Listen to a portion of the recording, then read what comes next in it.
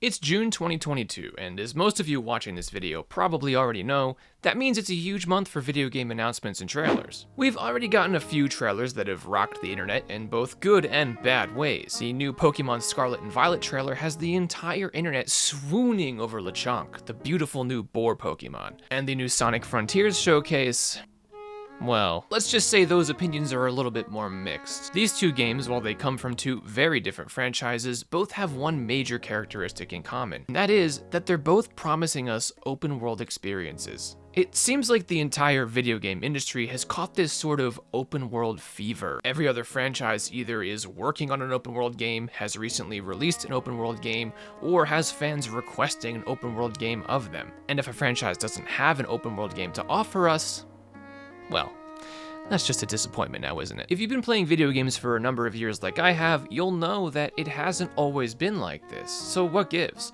Why hasn't it been until only recently that it seems like every other franchise feels the need to be offering us these open world experiences? Let's slither on in there and figure it out. Let's talk about this. Let's have an open dialogue.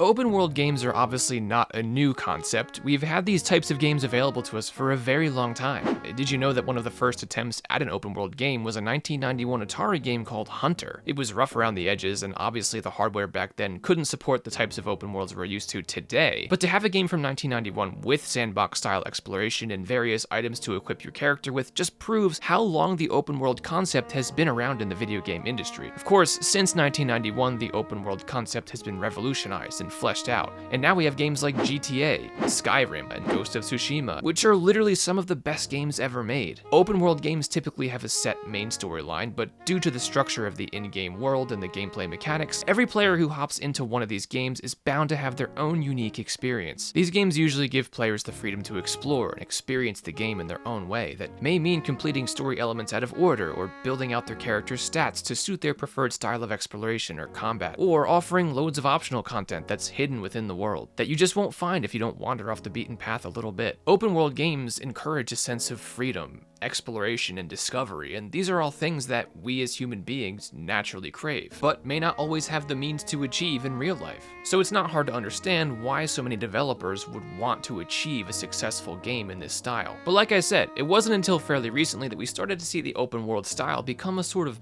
bandwagon within the video game industry. And the way I see it is that we have The Legend of Zelda Breath of the Wild to thank for that. Breath of the Wild is a near-perfect game in most regards, and is hailed by many as one of the greatest games ever made. And this is all for good reason. Even after 5 years, I'll still occasionally boot this game up just to hop into its masterfully crafted version of Hyrule, and discover things that I've yet to see in all 5 years since the game has been released. What made this such a landmark of an achievement was not just how perfectly Nintendo managed to craft an open-world experience, but also that it took a franchise that traditionally offered us fairly linear storytelling experiences and flipped almost everything we knew about the series upside down. We didn't have to go from the Forest Temple to the Fire Temple to the Water Temple, all in a set order to complete the game. We were truly free to discover the world and uncover the different parts of the story in any order we happened to discover it on, based on how we chose to explore the world. All of this is on top of the deep character customization options, addicting gameplay mechanics, and the incredibly crafted world that's just bursting with life. It's no wonder that this game set the new standard for open world gaming experiences. But here's where we get to the problem that this created for the video game industry. With how successful Breath of the Wild ended up being for Nintendo, I mean, heck, they literally won Game of the Year with it and sold over 25 million units, other developers looked at this and just said, hey,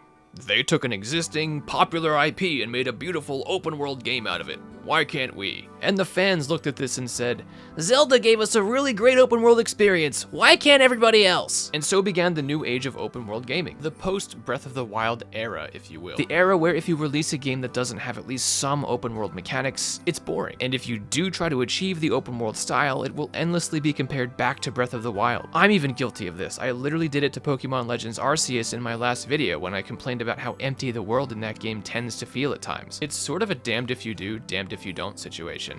A lot of problems tend to come along with this herd mentality as well. For example, a lot of these open world games end up being very similar looking. This grassy field shows up in every single open world game. I mean, come on, if you're gonna copy Breath of the Wild, at least give us something that looks different. There's this pressure that's been put on developers to offer a certain type of experience with their new games that I feel could eventually end up hindering some new game experiences that would have otherwise been great. Some games have absolutely nailed it, of course. In my opinion, Elden Ring has raised the bar even higher than Breath of the Wild Wild ever did. But other games just feel a little more forced, and when I watch the new Sonic Frontiers footage, I'm reminded that maybe we don't need characters like Sonic in the open world. When I look into the background of that footage, I see that empty, grassy field that I've seen so many times before. And sure, maybe it'll be fun to run around those fields at the speed of sound for 15 minutes, but what comes after that? What am I discovering? What else will this world have to offer? Personally, I'd rather see Sonic in a more urban environment, kind of like what we got in Insomniac's Spider-Man games, or at least a green field that matches his traditional Green Hill Zone art style. You can't just take this traditionally cartoony, charming character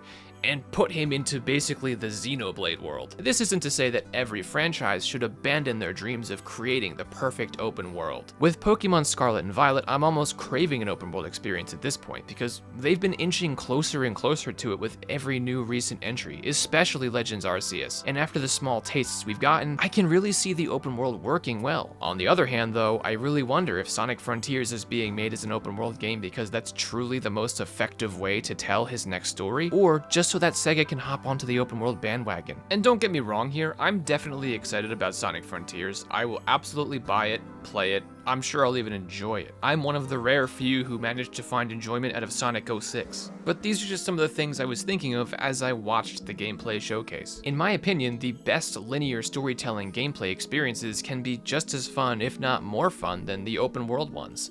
And this is because not all stories are meant to be told in the open world environment. Some of my recent favorites aren't even open world games at all. Final Fantasy VII Remake is a great example and is probably my favorite game of the past decade, and that's as linear as a game can get. The story is broken up into different chapters that all take place within different maps.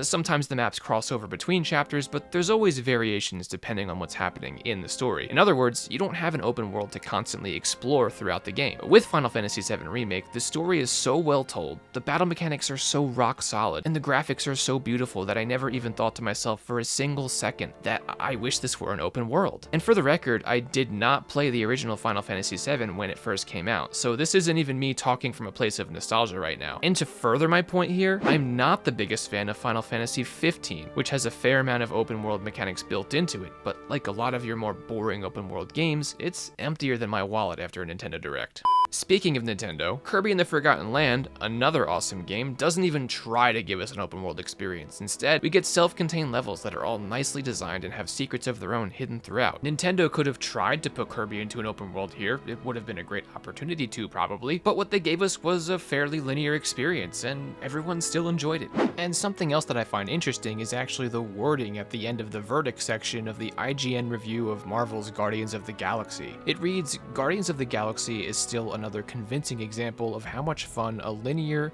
no-frills single-player campaign can be." The reviewer felt the need to specify that this is a linear game that is still fun. It's almost like IGN is nudging its readers along and kind of suggesting that in this age that's dominated by massive multiplayer online games and open world games, that linear games are still here and they're still an effective way to experience a story. I wonder if 5 to 10 years ago they would have felt the need to specify the linear nature of this game in the review. I guess what I'm here to say is that while I love open world games just as much as the next guy, I don't necessarily need that in every new experience that comes out. But it feels like some of the biggest developers think that that's what the players want. It's not that I don't want more well-executed open-world experiences given to some of my favorite classic characters. I mean, geez, some of my favorite experiences in video games ever have taken place in open worlds. If you could give me an open-world Cooking Mama game that makes sense story-wise and has great gameplay mechanics, then I'm gonna eat that up, literally. But at the end of the day, the big point I'm trying to make here is that I don't want big developers giving us open world games just because they feel like they have to. Before we sign off here, I just want to mention that I know my video has posed this as sort of a problem for the industry and that maybe developers are leaning too far into the open world situation. But the other way of looking at it is that maybe the Breath of the Wild and Elden Ring and other open world games like it have pushed developers to try and reach new heights and thus has resulted in much more quality gaming experiences for all of us. Maybe the open world craze is a great thing for the video game industry. I don't know. What do you guys think? Let me know in the comments below. Regardless of how you feel about this, I think we can all agree that we've come a pretty long way since Hunter. And somewhere out there, I know there is a game developer who watched this video and took notes when I joked about the open world Cooking Mama game. And to that I say, make the game. It's a great idea. What can I say? I mean, I'd play it. I just can't stop cooking up good ideas.